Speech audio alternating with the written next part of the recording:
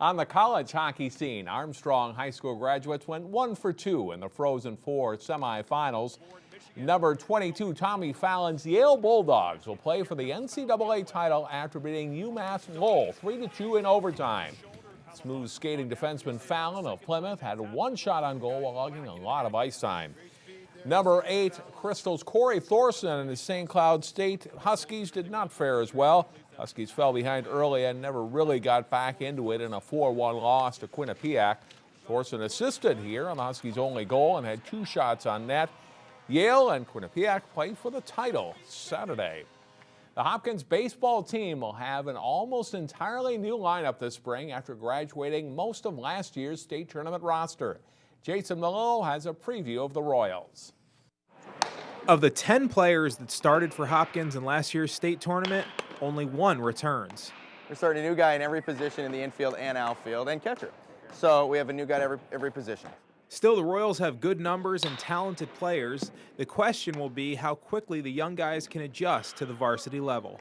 You know, it's going to be a learning process. A lot of these kids haven't played at this level before, haven't hit at this level, haven't seen this kind of pitching. So it's going to take some time for them to get going. But, you know, I'm excited about the group. They want to get outside. They're hungry for that. But, you know, it'll be a learning curve, but I'm pretty excited for them to get out there and show us what we can do. As winter continues to drag on, schedules will likely be condensed, forcing teams to play 5, maybe as many as 6 games a week. In that scenario, pitching depth will be crucial. We can't have 4 pitchers. We're going to have like at least 8 pitchers and injuries are really going to be key to prevent, because if one pitcher gets injured, I feel like our whole rotation will get off and we won't pitch as well as a team.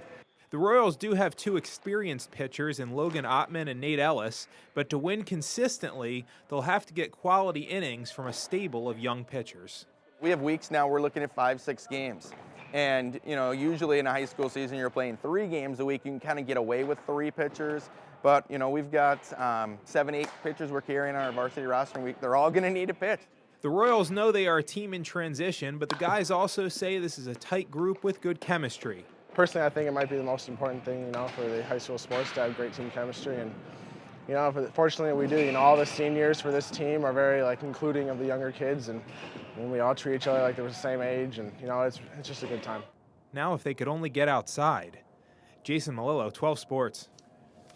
Unlike most teams, Hopkins actually has played a game. The Royals shut out Benilde-St. Margaret's at the Metrodome last week. And it's getting tough for everybody. Games are starting to build up now with all the postponements, and we hope for some melting coming up.